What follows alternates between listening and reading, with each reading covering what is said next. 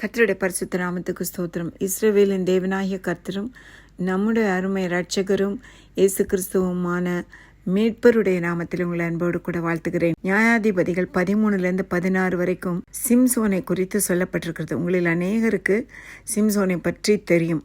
ஆனால் அவனுடைய வீழ்ச்சிக்கு காரணம் உங்களுக்கு தெரியுமா? கர்த்தருடைய தூதனானவன் மலடியா இருந்த மனோவாவின் மனைவிக்கு நீ கற்பந்தரித்து ஒரு குமாரன் பெறுவாய், அவன் தலையின் மேல் சவரகன் கத்தி படலாகாது, அந்த பிள்ளை பிறந்தது முதல் தேவனுக்கென்று நசரேயனாய் இருப்பான் என்று 13:5 சொல்றார். அதன்படி பிறந்த மகன்தான் சிம்சோன். கர்த்தர் அவனை ஆசீர்வதித்தார். அவன் நியாயாதிபதியாய் இஸ்ரவேலை 20 வருஷம் நியாயம் விசாரித்தான். விருத்த சேதனமில்லாத பெலிஸ்திய பெண்ணை சிம்சோன் விரும்பிய பொழுது அவனுடைய பெற்றோர் அதை தடுத்தனர். அதற்கு அவன் கீழ்ப்படியவில்லை. அதன் பின்பு பால சிங்கத்தை அவன் ஒரு ஆட்டுக்குட்டியை போல கொன்ற பொழுதும் அதை அவனுடைய பெற்றோருக்கு அறிவிக்கவில்லை. வழியில் பால சிங்கத்தை ஒரு ஆட்டுக்குட்டியை போல கொன்று போட்டதையும், அந்த செத்த சிங்கத்திலிருந்து திரும்பி வர்ற வழியில தேன் கூட்டையும் அதிலிருந்த தேனை தானும் உண்டு தன்னுடைய பெற்றோருக்கும் கொடுத்ததையும் அவன் அறிவிக்கவில்லை. அறிவித்தால் நசரேய விரதம் பாதுகாக்கப்பட்டிருக்கும். முதலாவது தவறு அவனுடைய பெற்றோருடைய ஜனத்தில் பெண் கொள்ளாமல் அவன் பெலிஸ்திய பெண்களை விரும்பி பெற்றோருக்கு கீழ்ப்படியாதது.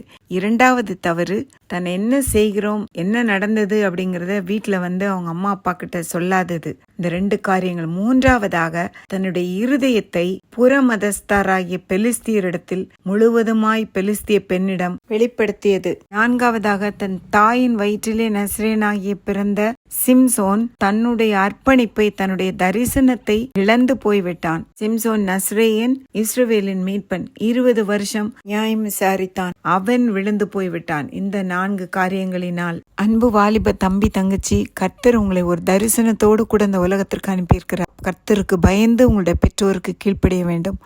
எந்த ஒரு காரியத்தையும் நீங்கள் மறைக்காதீங்க. எங்க போறோம், எங்க வரோம், எல்லாவற்றையும் எந்த சூழ்நிலையிலும் உங்களுடைய இருதயத்தில் உள்ள காரியங்கள் எல்லாவற்றையும் தேவனுக்கு மாத்திரம் நீங்க தெரியப்படுத்தணும். உங்களுடைய பெற்றோரிடம் எல்லாம் சொல்லலாம். பெற்றோர் உங்களுக்கு தேவையான தேவ ஆலோசனை கொடுப்பார். மற்றவர்களிடம் ஒருபோதும் நீங்கள் வெளிப்படுத்தாதிருங்கள். தேவ சித்தம் தேவ தரிசனத்தை நிறைவேற்றும். ஆமேன்.